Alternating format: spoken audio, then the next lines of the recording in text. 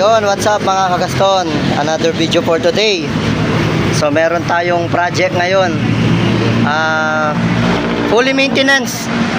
100,000 plus yung auto, ngayon pa lang nabuksan. Pero grabe yung nangyari. Pero intro muna tayo.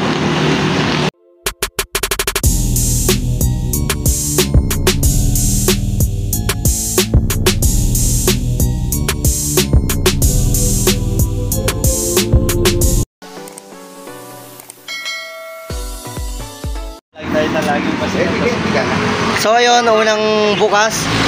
So diretso kasi refresh to. 100,000 plus yung odo. So unang nakita nating sira, ito yan, yung cylinder block nya. Ang nangyayari kasi rito, nagbabawas ng langis. Every 2 weeks nagdadagdag yata sila ng langis or nag-change oil. So ayan yung block nya. Hindi lang gas-gas, wasak. Ayan. Tapos isa pa sa nakita natin after natin i-check yung side. Ayan. Balancer damper basag. Dalawa. Balancer spring, ayan, nagkandayway-walay na. Wave washer wasak. So palatandaan pag sira na tong mga to, sobrang vibrate ng makina. Ma-vibrate yung makina mo pag sira na to. Buti na lang hindi pa nawasak yung kanyang crankshaft, yung kanyang balancer, kasi pag nasira yung mismong balancer, pati mga bearing basag yan, pati itong mga to sira. So damay-damay.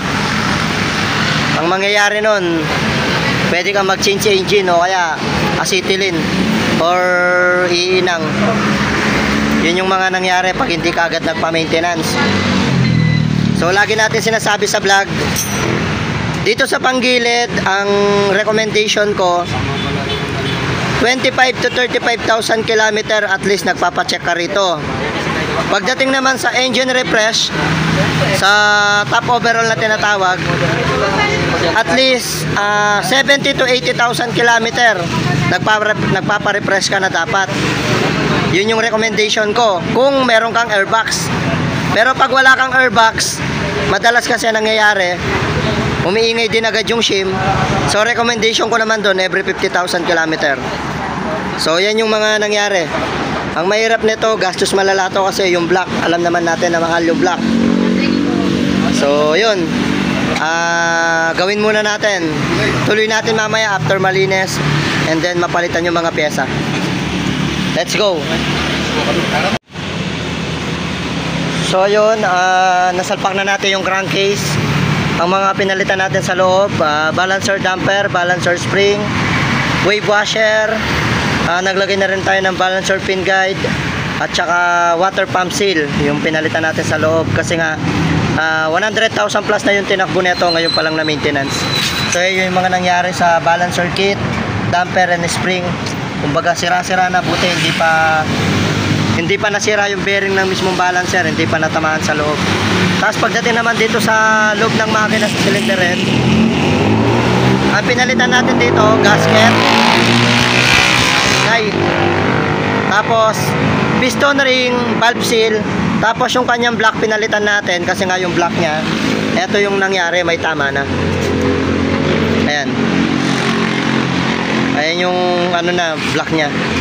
So isa sa pinaka magastos, ito yung cylinder block ng Raider FI kasi napakamahal.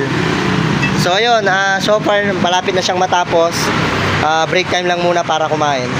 Tuloy natin yung video mamaya pag umaandar na.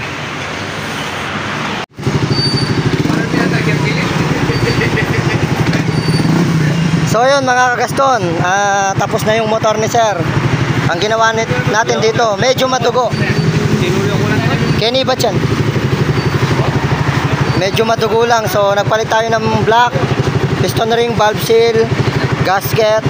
Tapos sa panggilid, nakita nyo naman nagkanda durog-durog. So ayun, tapos na yung motor ni sir. Ayun yung mga may-ari, galing pa San Fernando. Ayaw magpakita.